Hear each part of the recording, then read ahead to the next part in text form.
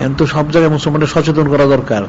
একটা লোকজন ঘুমায় থাকে তখন চোরে চুরি করতে সুবিধা হয়, সজাগ থাকলে কিন্তু চুরি করতে পারে না। যে সমস্ত মুসলমান যদি সজাগ হয়ে যায় দেশের জনগণটা, তাহলে কিন্তু সেই দেশ বিক্রি করতে পারবে না। ঘুমায় থাকলে বিক্রি হয়ে যায়, নারকেল দিবে, এখানে দুর্ভিক্ষ সৃষ্টি করতেছে, এটা মানবতা দেখায়। একটা দেশের মধ্যে একটা দেশে যাইতে এখানে আমার এত নিয়ম কানুন লাগবে কেন? যে কেউ প্রতিবাদ করে না। শক্ত প্রতিবাদ করা উচিত, শক্ত লেখালেখি করা উচিত। নিজের দেশের মধ্যে মানুষ না খায় থাকতে, যেটা মানুষ তারা কি করে সহ্য করে গেলি? কিসের মুসলমান? তারপর গাজাবাসী তো ওরা আসেই সেখানে, কেউ কোনো 57টা মুসলমান দেশ, কই কার কি অনুভূতি? তা আমরা বলছি সবাই সমানে ব্যাপক চিঠি দাও, চিঠি দিয়ে সবাই সচেতন করো, তোমরা মুসলমানরা এক হও। কাফেরা তো এক হয়ে রয়েছে। এই যে মুশরিকটা করলো, এটা তো মানুষ আসলে জানেন না। এই মুশরিকরা আমেরিকায় করাইছে, এটা হলো বড় শয়তান, এর পিছনে কাজ করে, আর এই মুসলমানদের নানান বিপদগ্রস্ত করে। এটা যুদ্ধ তো সোজা জিনিস না, অনেক টাকা পয়সা, অনেক কিছু, অনেক ক্ষয়ক্ষতি, অনেক লোক শহীদ হয়ে যাব। এটা কঠিন বিষয়, অনেক ঘর বাড়ি নষ্ট হয়ে যাব। কাজে যুদ্ধজাত করা স্বাভাবিক না। কাফেররা চায় মুসলমানদেরকে ক্ষতি করতে সবসময়। আর আমরা একটা জরিপ করতেছি সারা পৃথিবীব্যাপী জনসংখ্যা, কাফেরের চেয়ে মুসলমানের সংখ্যা বেশি। এই জন্য কাফেরগুলি মাথা খারাপ হয়ে গেছে।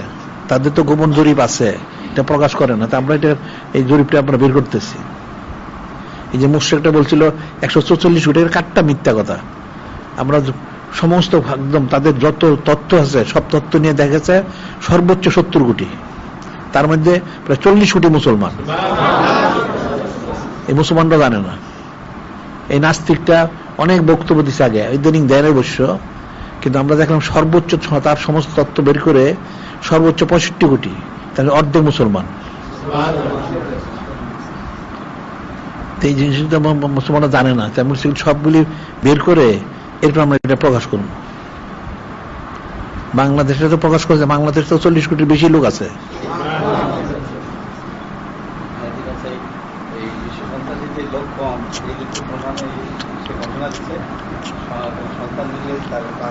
হ্যাঁ, তাহলে আমরা হিসেব বের করছি আপাতত হিসেবে, তার হিসেবে তার 15 কোটি লোক নাই আমেরিকায়।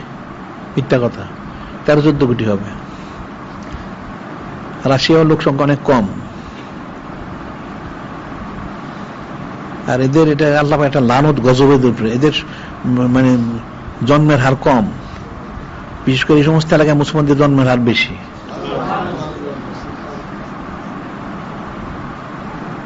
এখন মুসলমানের অনেক কাজ ছিল, কাজ তো করে না। এই জন্য মুসলমানদের সচেতন করা উচিত। তোমার এই যোগাযোগ মাধ্যমে লেখাগুলি ব্যাপক প্রচার করো, এই সবগুলি প্রচার করো।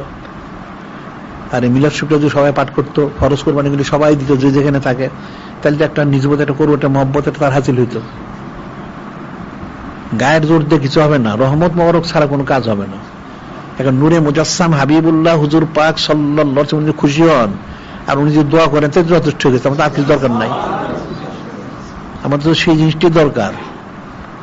এই জন্য ইন্তজাম আনজাম এগুলি।